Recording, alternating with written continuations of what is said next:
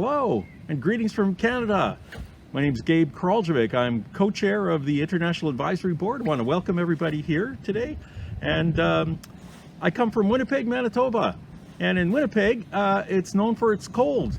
And there's something we could do here that you might not do in many other places. Got a thermometer. I'm going to take the temperature of this.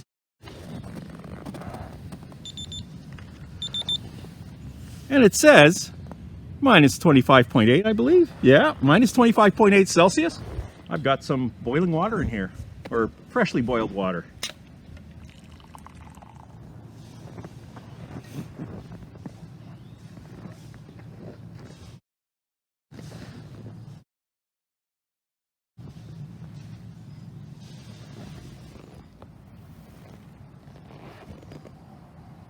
As you watch these videos, I would like you to keep something in mind. What are the advantages of looking outside your borders for ideas to teach science? And with all that said, let's get on with the show.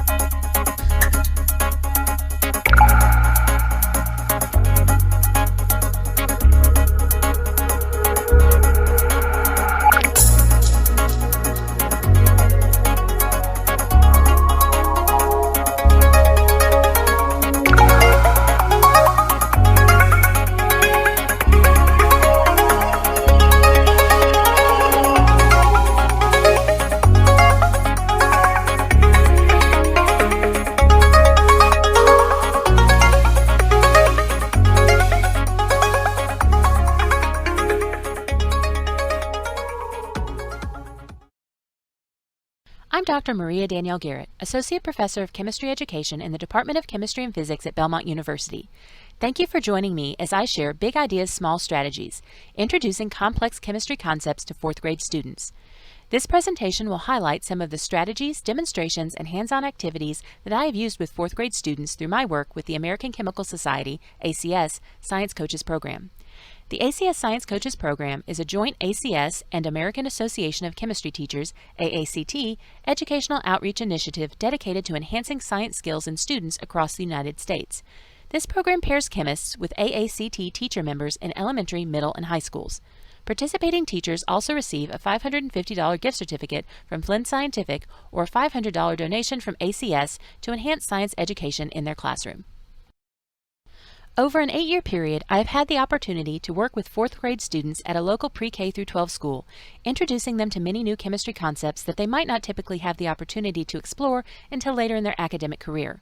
A few of the ideas we've explored together include neutralization reactions, acid-base indicators, light and the relationship among energy, wavelength, and frequency, phase changes and phase diagrams, heat transfer, and more recently reaction rates, where we looked at the effect of surface area and temperature on the rate of the reaction between vinegar and antacid tablets. At the beginning of this lesson, one of the ideas I introduced was collision theory, a complex concept which is typically not introduced until high school level chemistry. In this video segment, you'll see the kinesthetic analogy I used to help the fourth grade students connect with this idea. There's a lot that has to happen that we can't see in order for reaction to take place, and this analogy helps make the invisible visible. And I think an analogy of a clap is a really good example that's going to help us understand collision theory and these ideas of energy and orientation with collision theory. So when we have reactants reacting to turn into products, what's happening is we have what was called effective collisions. So what does it mean for something to be effective? Well, again, this is a term you've probably heard or used outside of chemistry. Effective means it works. It's good. So we need a good collision that works in order for reactants to turn into products. So what if we wanted to talk about an effective clap? Okay, so what does it mean to have a good clap, a clap that works, right? Well, a couple of things, right? If you think about clapping, right, you want that nice loud noise. And so that's how we're going to gauge the idea of an effective clap. So let's talk about colliding first. In order to have an effective clap, your hands have to collide. I can have all the energy in the world, and if I put my hands towards one another, but they don't collide, that's not an effective clap. It's not a clap at all, right? So there's our collision part, right? We have to have collision. Our two reactants, our two hands, have to collide and come together. Now let's talk about energy. Even if we have the collision, if we don't have enough energy behind that collision, it's not going to be a very good clap, right? Remember, to be a good, effective clap, we want it to be a big, loud clap. So, if I again take my two reactants, my two hands, and bring them together, I had a collision, right? They're in contact with one another. Did you hear anything? No, because there wasn't enough energy behind that collision. There wasn't enough energy between my two hands when they came together for a clap. So that was not an effective clap. And last, we have orientation or alignment. So what is the best way to get the best clap? How do our hands have to be aligned? Well, as we've seen before, that gives me a pretty good effective clap. What if, though, I flipped one of my hands around? So I'm going to clap with the same amount of energy. I'm going to make sure my collision happens. That wasn't a good clap at all, right? You may have heard just a little bit of a thud, but if we're saying an effective clap, right, something that someone would recognize as a clap, that didn't work. So, just like a clap, when we have reactants turning into products, three things have to happen, right?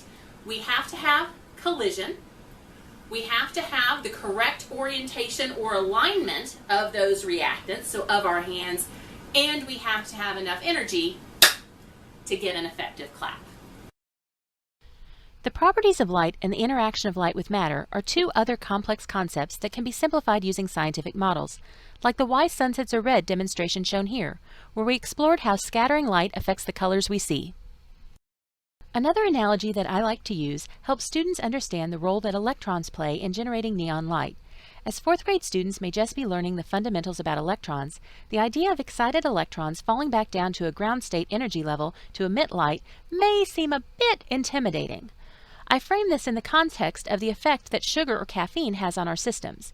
When I ask the students how they feel after eating sugar or drinking a caffeinated beverage, they tell me that they get excited, they're full of energy, they want to run around.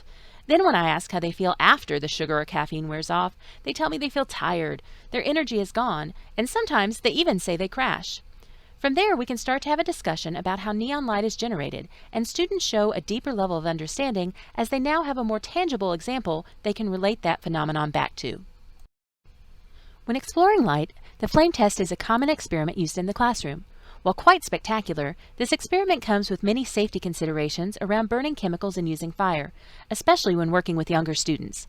Additionally, there are logistical issues, as elementary science classrooms are not typically equipped with gas valves. With this in mind, I developed a safer alternative activity on wavelength analysis of LEDs using a handheld spectroscope. This activity allowed students to collect quantitative wavelength data for LEDs of different colors. Our data analysis and follow-up discussions not only reinforced the relationships among wavelength frequency and energy, but pushed students to apply their understanding of these ideas to different colors of light that they did not test and to white light. I hope that you enjoyed this presentation. If you have any questions, please contact me. And I will leave you with this. Always remember, chemistry is cool.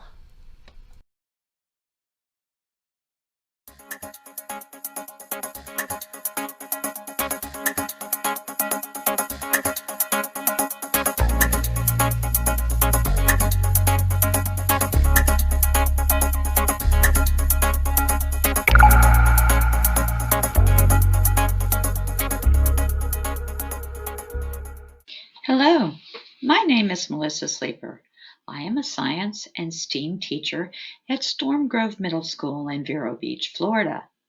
I am also the K-12 STEM officer of the Cape Canaveral section of the AIAA. Today, I am going to share with you some information about an organization that is inspiring the future of aerospace. This organization is the AIAA. What does that stand for?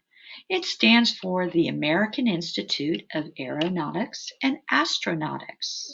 It is a professional organization that is dedicated to shaping the future of aerospace.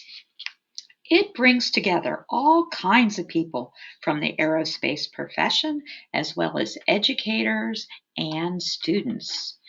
Today, I am going to tell you about the free Educator Associate membership.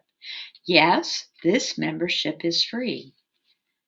The membership will allow you to access aerospace micro lessons that are NGSS aligned, grade level focused, and are archived on the AIAA website. You will also have access to STEM grants. You can apply to receive $500 grants for worthy STEM-focused projects. You will be eligible for up to 2 grants per calendar year. You will also receive the Educator Associate Bulletin, which contains additional information about aerospace programs and grants. You will become a member of the Engage Open Forum. There is an Educator Associate section where you can network with other educators interested in aerospace topics. The Open Forum is a great place to request guest speakers. Yes, engineers, pilots, and astronauts want to speak with your students. You also receive the Daily Launch, which is an up-to-the-minute aerospace industry newsletter, which has interesting tidbits you can share with your students. You will also become eligible for the AIAA and Challenger Center Trailblazing STEM Educator Award. This is a $5,000 award to the educator, a $5,000 award to the educator school, a trip to Washington, D.C. to be honored, and free access to Challenger Center's STEM education program. You will also find out about other aerospace programs that are sponsored by the AIAA.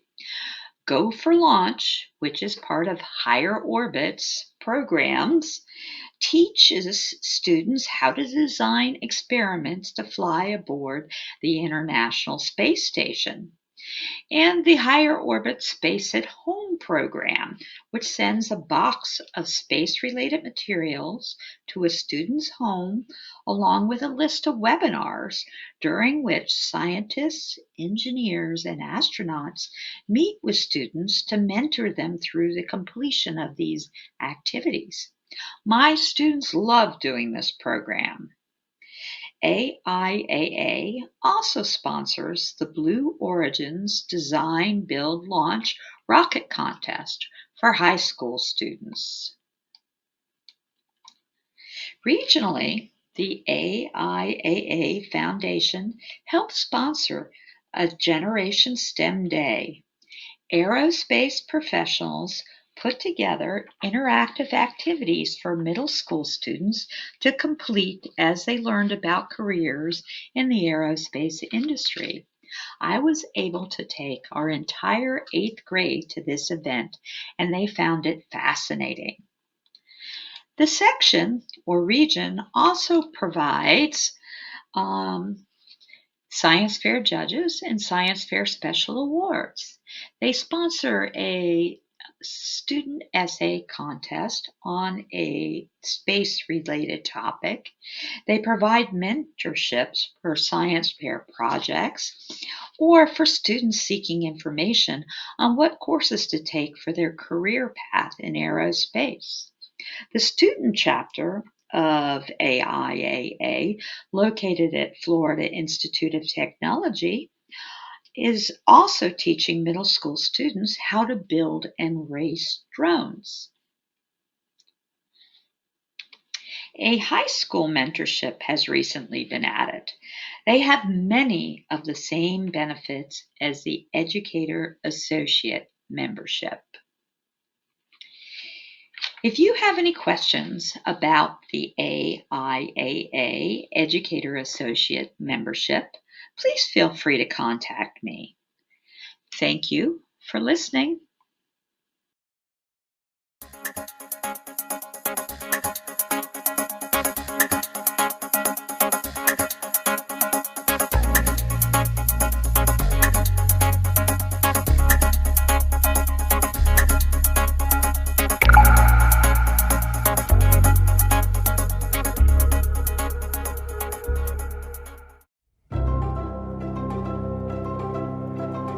Current Generation is an after-school program that combines the physics curriculum with solving real-world problems.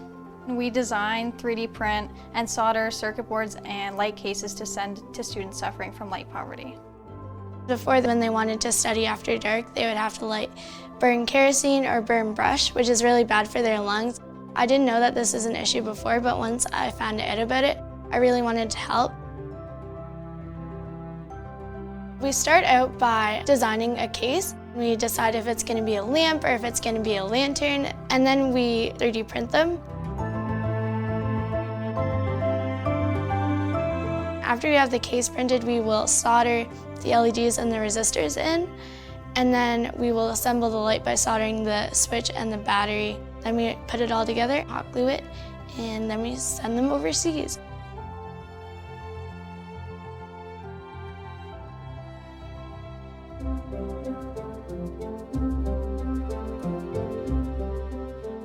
I learned a whole bunch of new things and different things. And the biggest one for me was public speaking. I ended up giving presentations for 19,000 people or so at ISTE conferences and poster sessions at Princeton University and things like that really shifted how confident I could be in front of people speaking, and it really changed what I planned on doing with my life. Having more programs like this around the world would really change the way that education is viewed and how students are impacted. It's very important for programs like Current Generation to exist to provide girls with the safe space to learn and explore new options and give them the confidence they need to potentially change the world. Girls bring the heart and the empathy and the passion and the new ideas to change the STEM field. It's more than just for myself. It's more than just a number on a piece of paper. It's a project that's going to change a life and going to impact a community.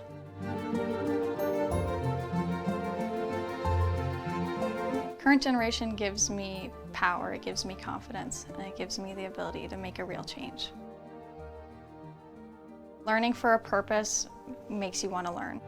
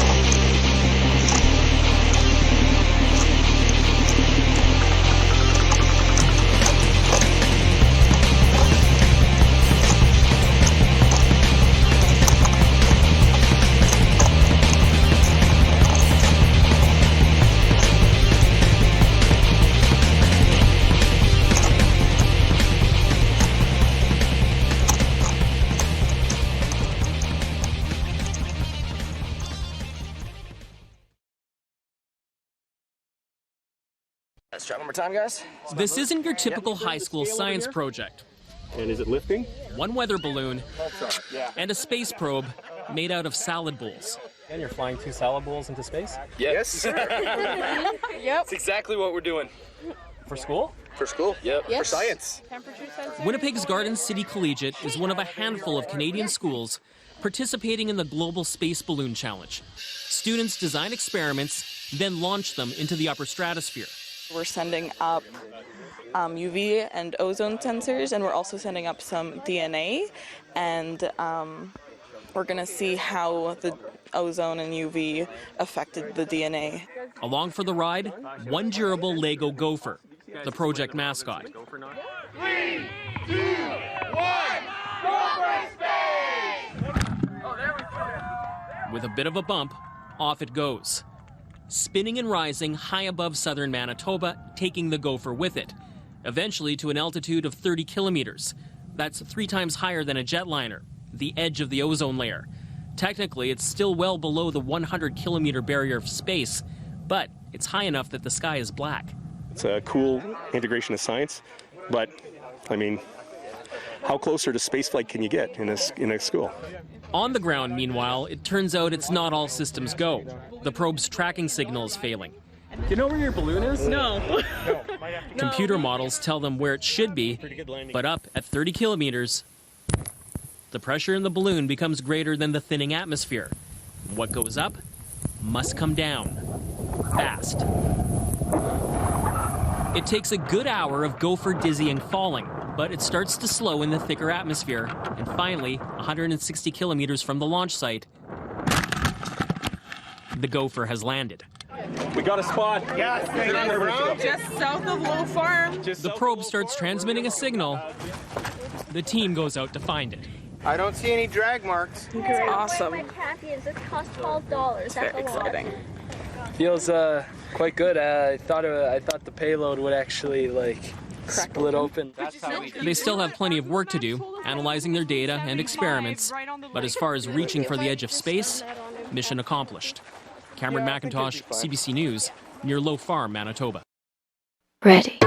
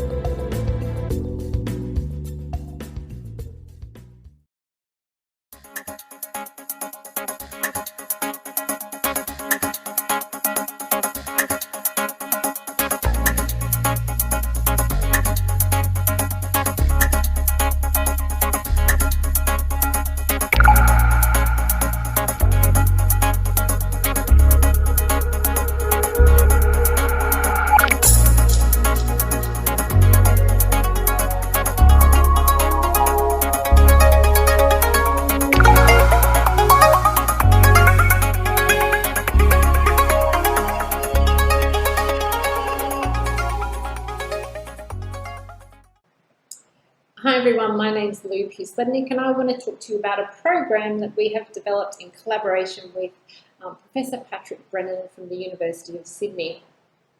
So we know that educational leaders are really grappling with how best to equip our students with the necessary knowledge and skills needed to navigate the increasingly complex world. And one of the solutions that we have been presented with are 21st century learning frameworks. Now, these frameworks involve a number of skills and knowledges and competencies that our students need to be able to develop so that when they leave school, they have the opportunity to be able to solve some of those complex issues facing humanity. If we have a look at these 21st century learning frameworks, we can see that they're broken up largely into 4 different domains.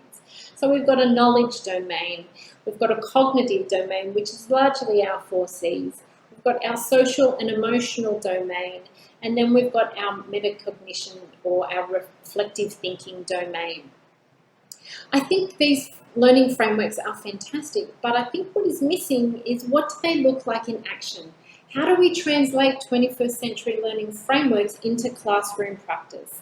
And that's what we were hoping to achieve with this program, was to try and develop an exemplar of what 21st century learning frameworks look like in the real world or in our classrooms.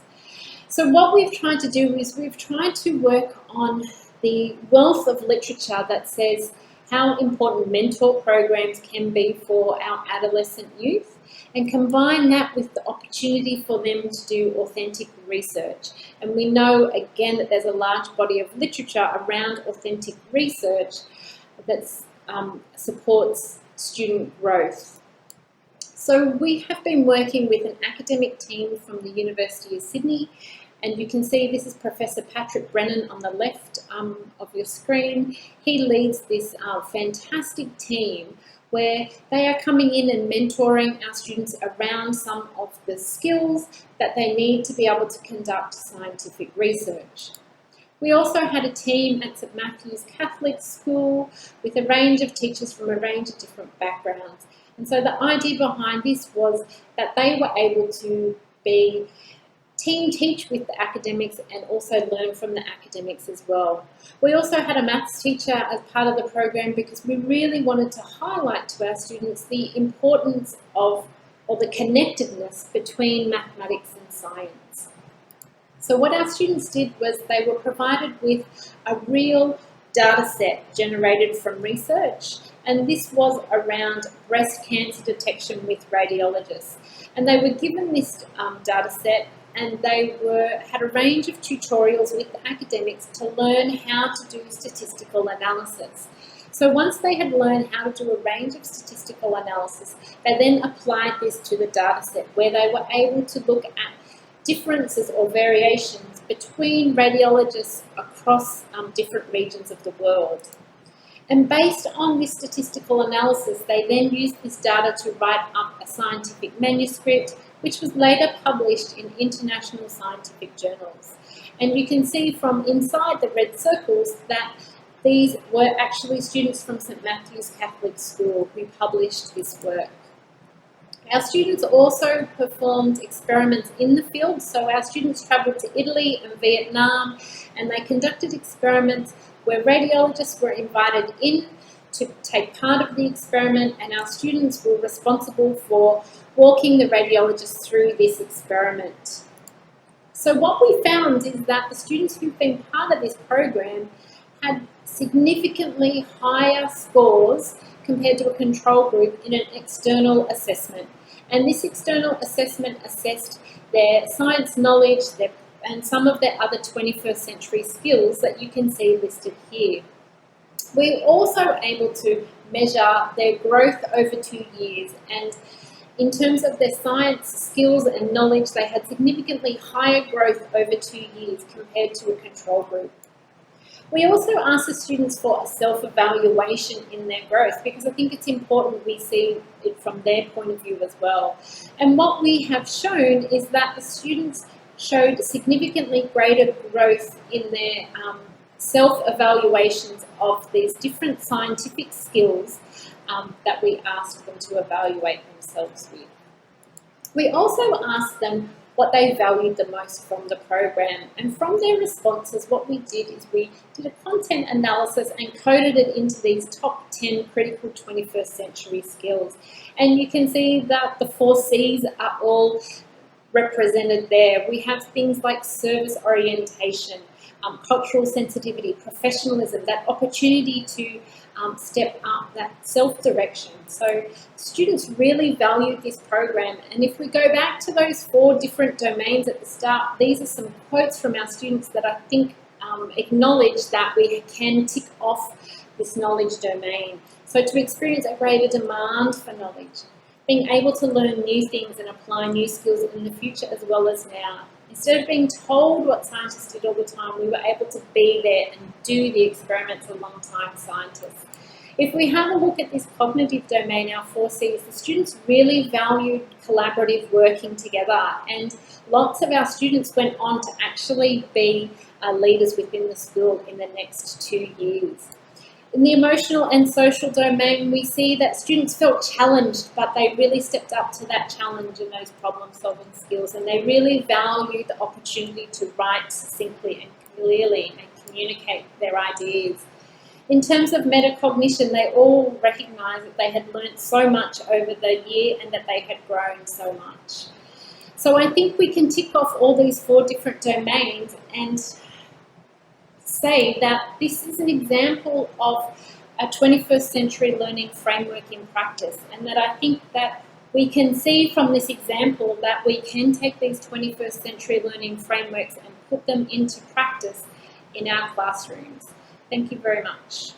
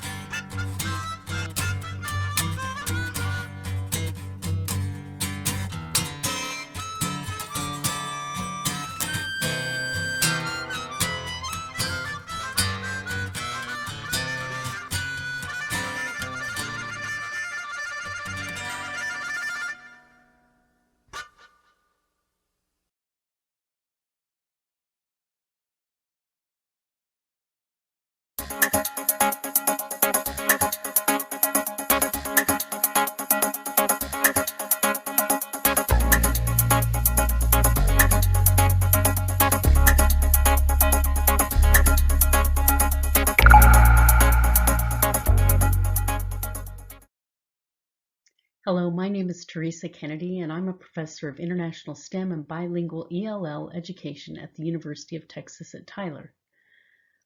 My presentation will tell the story of the COVID-19 Engineering Design Challenge that I created in collaboration with the Texas STEM Coalition and the International Council of Associations for Science Education in March 2020, around the beginning of the COVID spread throughout the US and the world. First, I'd like to explain how the idea for the challenge came about. A colleague of mine from New York City forwarded an email to me that she had received from a local company sharing their plans to help a developer build coronavirus quarantine houses out of unused shipping containers. I thought, wow, what a great idea. How innovative. Then I thought, I bet our students could come up with some amazing innovations just like this. So I designed an engineering challenge where students could create their own projects to address problems related to the pandemic. I worked up a plan aligned with the phenomenon-based learning model initiated by Finland's education system in 2016. PHBL strives to expand on traditional project-based and problem-based learning approaches into learning experiences that immerse students deeper into contextual situations aligned with real-life issues, while also applying knowledge and skills from multiple disciplines. In order to provide local relevance, I suggested that teachers identify an engineering innovation currently highlighted in their local news to respond to needs related to the challenges presented by the pandemic. Or they could, of course, use the example previously shared from New York City, where unused shipping containers were being converted into quarantine houses. Teachers are provided with 4 easy steps to engage their students in the project, along with a few sample online design resources. The basic idea is to encourage students to identify areas of need, brainstorm, design solutions, and communicate their designs to their classmates, families, and community members via online environments or following physical distancing guidelines established by their teachers and/or schools. Teacher instructions and the student sample project from New York City were translated into the 6 United Nations languages: Arabic, Chinese, English, French, Russian, and Spanish, plus Japanese, Portuguese, and Turkish, thanks to several of my colleagues around the world. In addition, a sample project summary template is also provided to facilitate creating a class innovation booklet containing all student projects to facilitate sharing throughout their school and community. The challenge provides students of all ages, primary, secondary, and higher education, with a platform to identify and design solutions to worldwide problems related to the pandemic. And the challenge encourages students to share their innovative solutions widely. The project provides a wonderful learning experience for students in STEM classrooms as well as in language classrooms. I created a short teacher survey using Qualtrics to gather participation results and facilitate networking between classrooms. After teachers record their students' participation data, I provide teachers with a certificate of leadership and a certificate template to personalize for each of their participating students. Over 700 students from 11 countries participated in the challenge from March 2020 to December 2021.